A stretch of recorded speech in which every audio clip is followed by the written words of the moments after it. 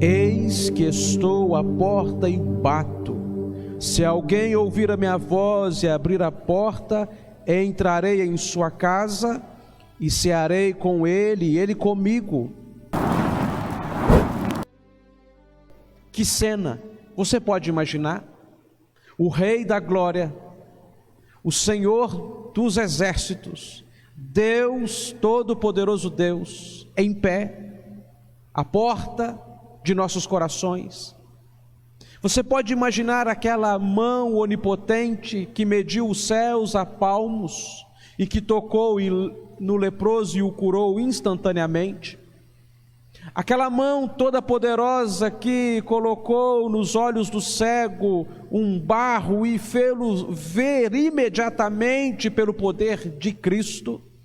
Aquela mão toda poderosa que trouxe para si os pecadores e os abençoou com o perdão, está à porta.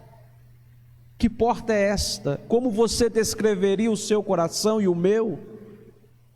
Uma porta velha, talvez, cansada de tanto ser solapada pela vida, madeiras cheias de pregos enferrujados, corações cansados, frágeis, que não suportam muita coisa, sendo sustentados por pregos e madeiras atravessadas a fim de que não fosse arrombadas nossas almas, mas está ali uma porta frágil, e o Senhor com sua mão onipotente bate, e nós estamos aí. É a nossa história, a história de cada crente. Este texto não foi escrito primariamente para evangelizar alguém. Não é uma carta evangelística para um grupo de pessoas que nunca ouviu o Evangelho. Não é um folheto evangelístico. Mas esta carta foi escrita para uma igreja que na correria da vida, nas distrações das atividades, nas muitas ações, foi se distraindo e de repente nem se deu conta de que a pessoa mais importante, o sentido da existência daquela igreja, o próprio noivo, o Senhor, estava do lado de fora.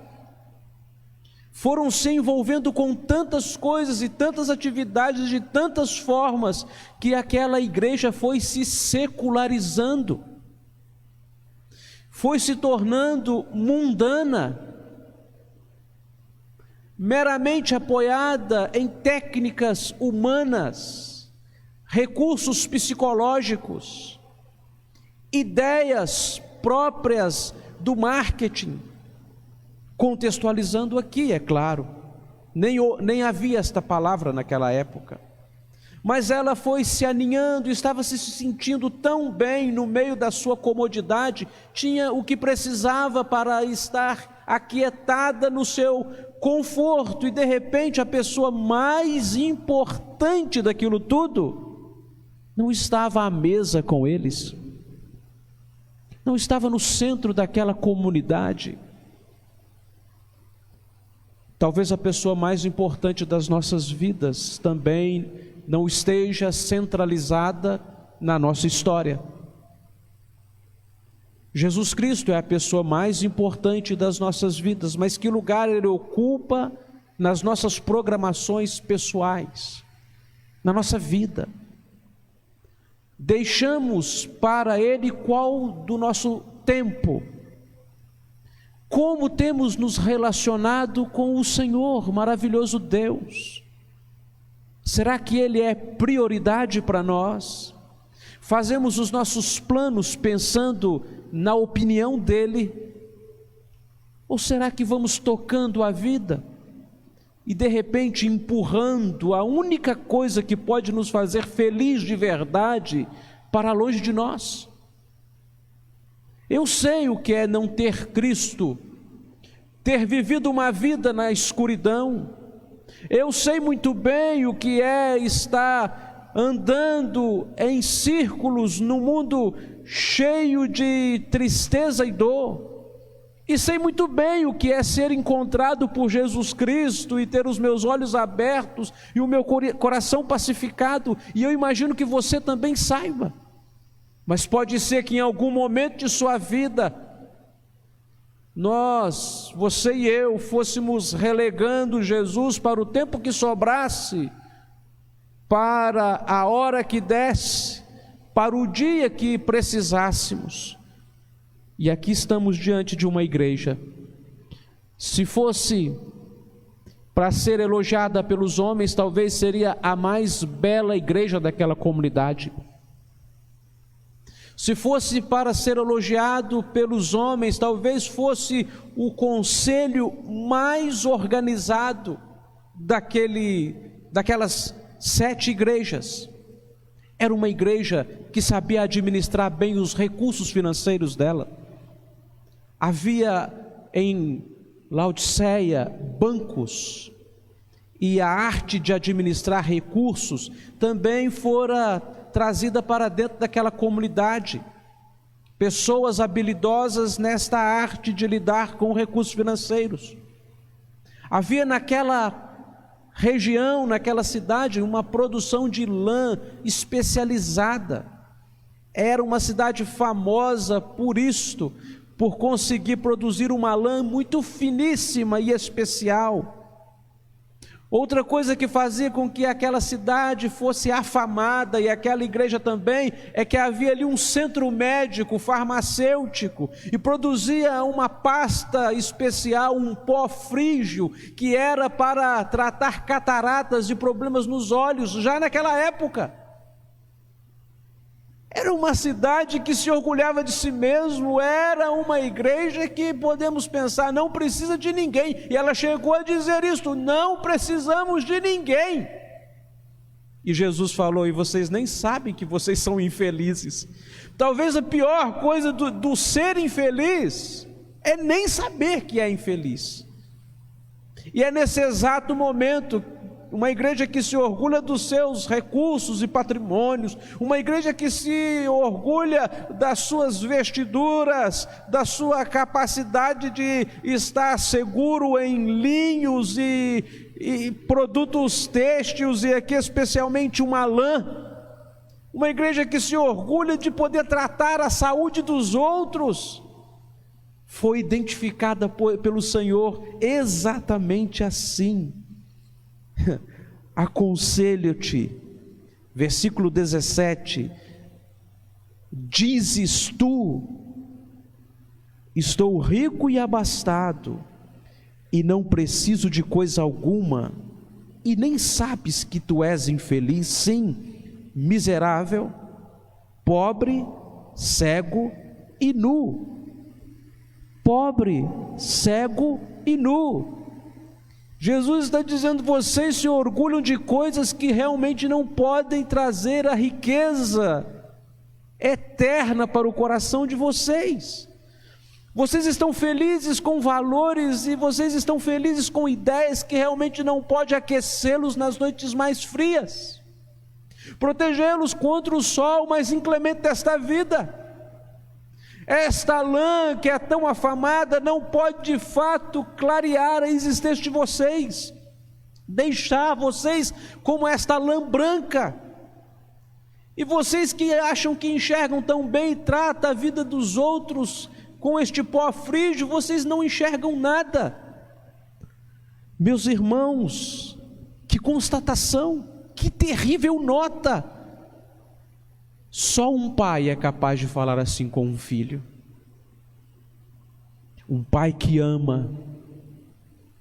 Só alguém que te ama de verdade é capaz de te falar aquilo que os seus amigos não te contam.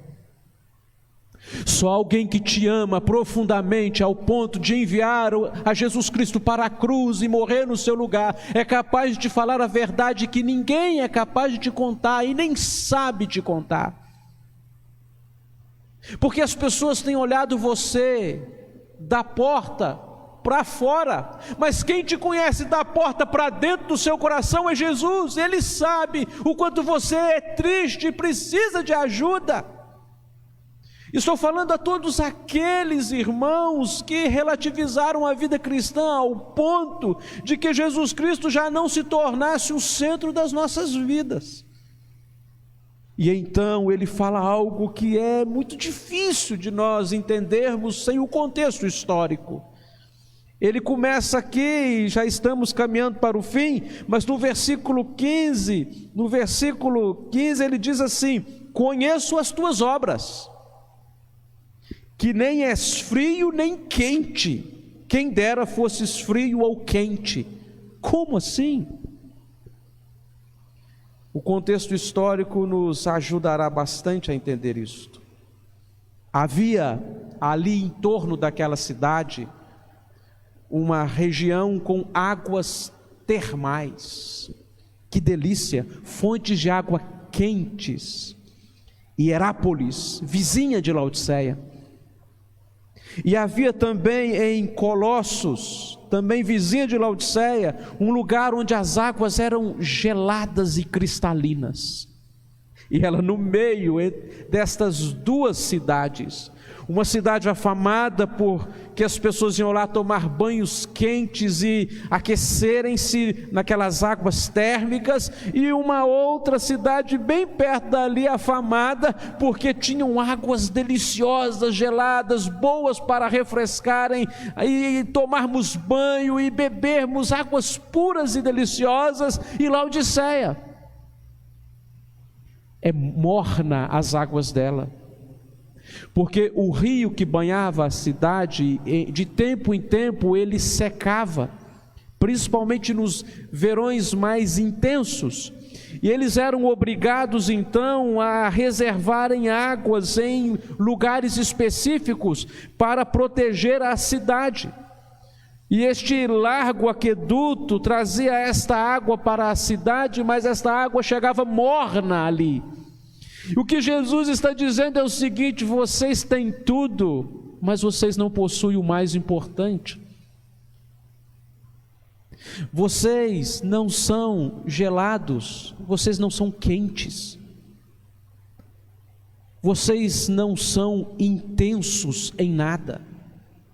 E porque vocês são mornos, têm uma vida secularizada, uma vida indiferente às prioridades do reino, vocês não me agradam. Meu irmão, Jesus Cristo não está dizendo isto para nos destruir. Ele está fazendo uma constatação de que qualquer um de nós corremos o risco de vivermos esta vida tão aceleradamente que vamos deixando para trás as coisas que nos trazem alegria, deixando de lado tudo aquilo que realmente importa. Vamos colocando para o depois, na agenda das nossas almas, as coisas que realmente deveriam ser prioritárias para nós, porque dão significado e sentido às nossas vidas. E Ele está falando para mim nesta noite e para você: eu estou à porta, estou aí junto de você, eu sou o Senhor da sua vida, você me pertence, esta casa que eu estou batendo à porta do seu coração é minha. Eu estou dizendo a você, para você prestar atenção na minha voz, e então se vestir com o que há de mais refinado, a minha justiça, e então enxergar a vida de uma maneira colorida, como nunca fostes capazes de fazer, através da luz que sou eu. Quem me seguir jamais andará em trevas. e ser realmente enriquecido por valores que nem a pobreza pode te tirar, e nem a riqueza pode te corromper, porque são valores eternos, que fará com que você e eu sejamos pessoas relevantes no mundo necessitado. Será que precisamos, irmãos, ter as nossas vidas chacoalhadas por terremotos? Será que permaneceremos indiferentes a estas batidas, mesmo quando o Senhor fala conosco tão fronte e frontalmente? Que mais Ele precisa dizer? Eis que estou bem junto de vocês. Meu amigo, minha irmã, abra a porta do seu coração. Entregue a sua vida a Jesus. Se você já entregou a sua vida a Jesus, renove os votos que você já fez a Ele, os laços. Se você já é um crente, alguém que já dedicou a sua alma a Ele, mas de repente você perdeu o entusiasmo e está morno, hoje é dia de intensidade na sua vida, de um mover espiritual no seu coração, para que a partir de hoje você possa ter dias diferenciados e você passe a saber o quanto você é feliz, bem-aventurado. Sim, é para mim também. Certa vez eu li a história de um homem muito infeliz, e que todos tentavam de diversas maneiras ajudá-lo, mas ele não conseguia rir, ele era muito triste. Então uma criança chegou para ele e disse: eu sei como te ajudar. Aqui na cidade ao lado há um circo, e naquele circo há um palhaço, e é o palhaço mais engraçado que eu já vi. Não tem quem não ria, quem não dê gargalhadas diante dele. Eu vou buscar aquele palhaço para ajudar o senhor, e o senhor vai dar muitas gargalhadas aqui. E aquele homem falou assim: meu filho, não precisa buscar aquele palhaço. Não, eu vou buscar, ele vai te ajudar com a sua tristeza. Não precisa, meu filho. Você nem sabe, né? Eu triste desse jeito, você nem imagina que aquele palhaço sou eu. Eu saio aqui de casa, me visto lá no camarim do circo, e lá eu faço todo mundo rir.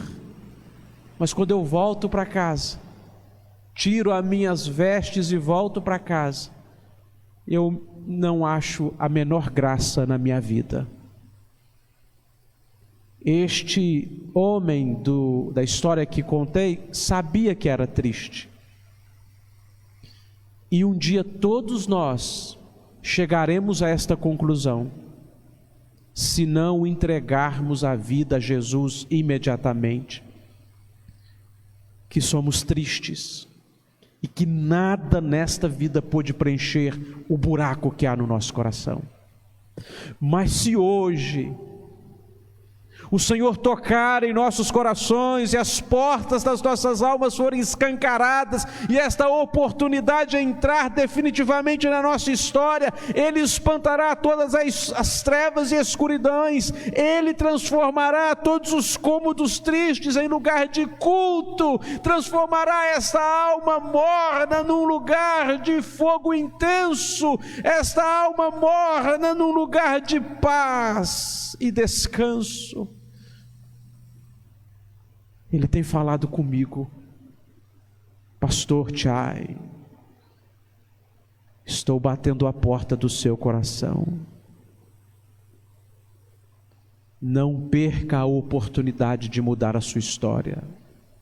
E eu quero falar para o Senhor: entra, Senhor, muda e transforma. Tu tudo que é noite em celebração. Eu quero orar por mim e por você nesta noite. Você já tem Jesus no coração, você é um crente. Jesus já entrou no seu coração, está na sua vida. Mas essa expressão indica que pode ser que ele não seja o centro do seu coração. Ele está aí em algum cômodo, mas não no centro da sua vida. E todas as vezes que Jesus não é o centro das nossas vidas, o que sobra ali é um buraco. E o que nós vamos orar é pedir: Senhor, seja centralizado na minha vida. Restaura, Senhor, a minha alegria, a alegria da minha salvação. Faça minha vida orbitar em torno do Senhor. Sente à mesa, vamos ter comunhão. É isso que significa: sentarei à mesa com você, terei comunhão, vamos rir junto, vamos celebrar a vida. É isso que Jesus está te chamando agora, hoje, nesse instante. Vamos orar então. Senhor, muito obrigado, Pai, porque o Senhor tem toda a autoridade para invadir as nossas almas e fazer delas o que quiser, mas gentilmente o Senhor nos fala, docilmente, mansamente, como um pai disciplina o filho. Tu fazes assim conosco, sussurra aos nossos ouvidos, envia os teus sinais, a fim de não nos constranger, a fim de não nos colocar em situação de dificuldades. O Senhor vem mansamente, toca nos umbrais da nossa vida e deseja profundamente transformar a nossa história. Senhor, por favor, dai-nos a alegria por termos a consciência do povo que somos e do privilégio que temos de ter no nosso coração o Senhor da glória. Aleluia!